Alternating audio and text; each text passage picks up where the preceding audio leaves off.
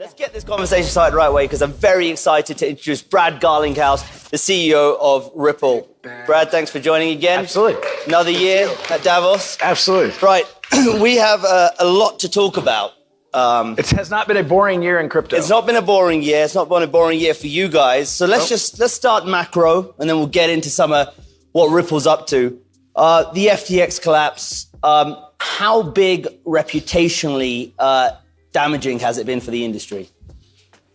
It's pretty damaging. I think it's compounded by the fact that not just was FTX a leader in the exchange business, but Sam had obviously leaned into U.S. regulators, both in terms of donations, but also spending time on Capitol Hill. And so I think, FTX, in my view, now gets painted as a crypto problem. And I think if you really peel the onion enough layers, it's not really a crypto problem that happened here. It's fraud.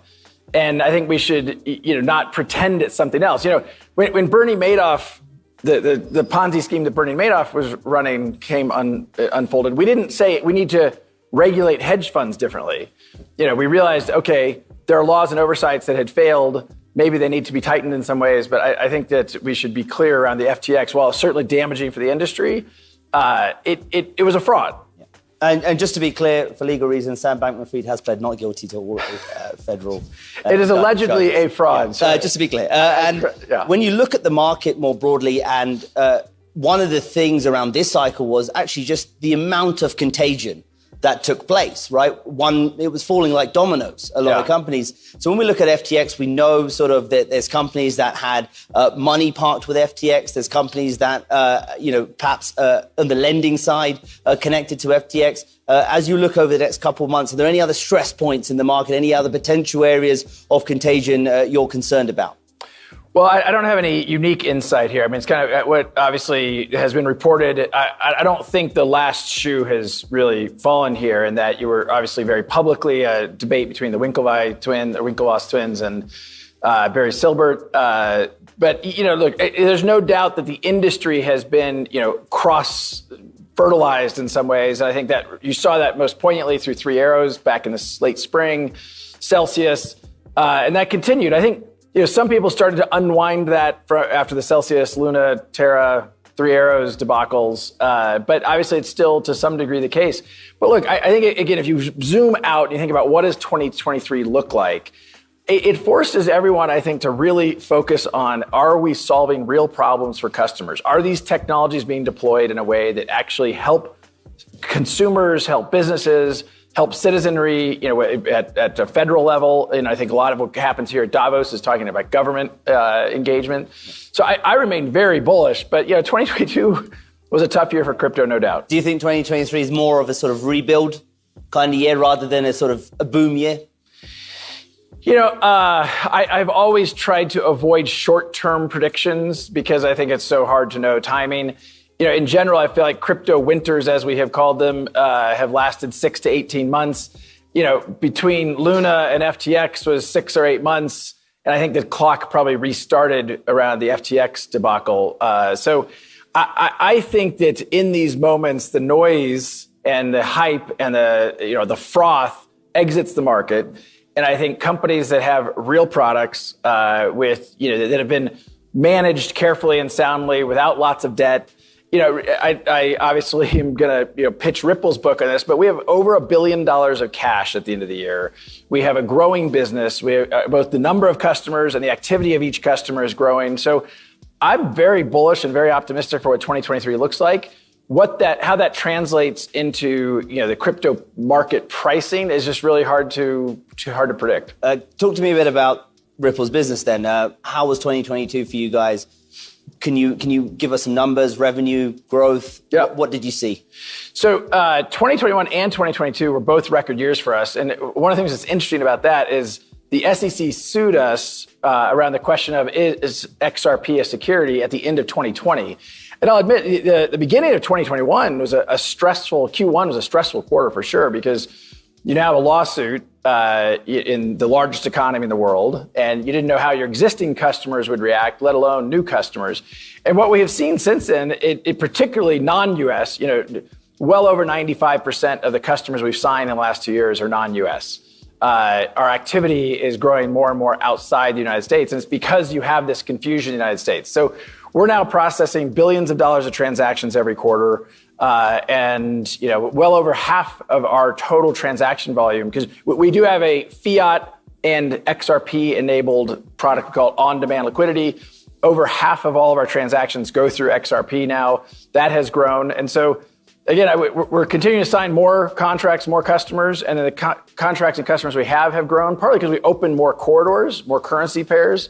And so there's kind of a nice series of building a positive, virtuous cycle that helps grow the business. Yeah, and just in terms of your revenue growth in 2022, any insight into that? So we do, I don't know if we publicly talked about this that much, but we have been profitable for the last 3-4 years, and measured in the many hundreds of millions of dollars of revenue overall. Okay, and I want to talk about one part of your business. I was reading through one of your Q3 reports. I think you've done a Q4 one yet, but there was an interesting bit in my email inbox. Okay, let's get to it. Someone's going to yell at me about that later. Yeah. Well, the XRP leases part of the business is interesting because something I've learned new as well. These are ultimately sort of outstanding leases you've got going on in Q3 around 35 million worth of XRP outstanding. Are you expecting to be able to get that back in the current market environment? Yes. Okay. I don't know. We did have some exposure to FTX. Yeah. I think we publicly shared before there's around just over $10 million of XRP we had leased to FTX that they used for various things on FTX. What we get back from that, I have no idea. The alleged fraud. We'll see how the bankruptcy stuff plays out. And as I said, regardless of that, again, some companies were way overexposed and I think found themselves in a very stressful situation because they had too much exposure, too much debt, too many of those types of things. And for us, that I think represented about 1% of liquid assets. So, I would rather not lose that money. And I'm hopeful that through the bankruptcy process, we get some or all of it back. But it's not too consequential to the business. Okay, and just in terms of that leasing model, we've seen lending companies during this cycle sort of come under a lot of stress. Now, these were companies, who were offering very high yield, but in the background, then lending that out at even higher yields. Yeah. And ultimately, you get higher yields because you're taking riskier bets. That's right, and ultimately an unsustainable model that came crashing down. So just in terms of your leasing model, are there any stresses there? Well, our leasing, we try to be very careful. Our leasing model is focused on market makers with whom we partner. This isn't just, hey, we're lending out to get yield, where I think a lot of people were doing that. We work with market makers in order for them to make markets. Having XRP as part of their capital is useful. And so, I think we do charge some interest rate against that. But again, you're talking about $35 million against a balance sheet between dollars and XRP that's $20 billion. I can't do the math on that. Maybe that's 15 bips.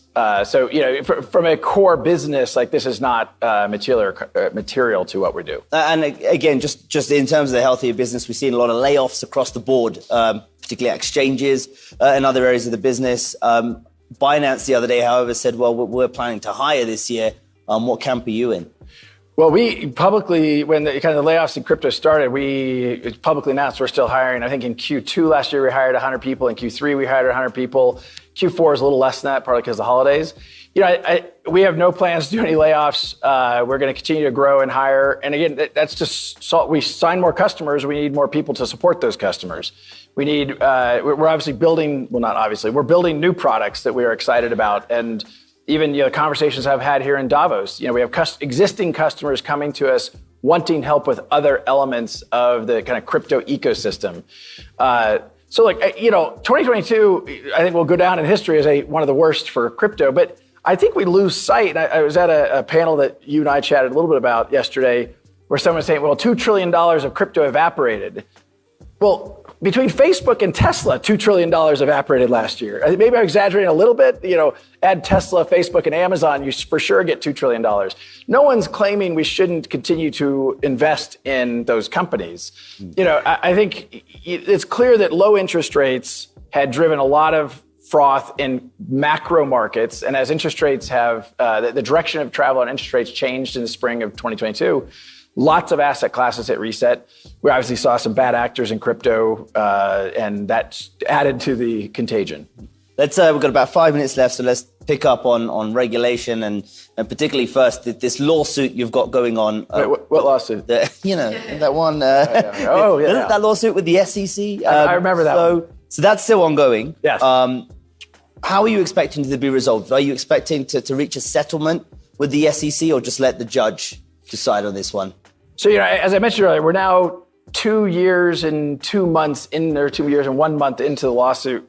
SEC filed suit against us saying that our sales of XRP represented sales of unregistered securities.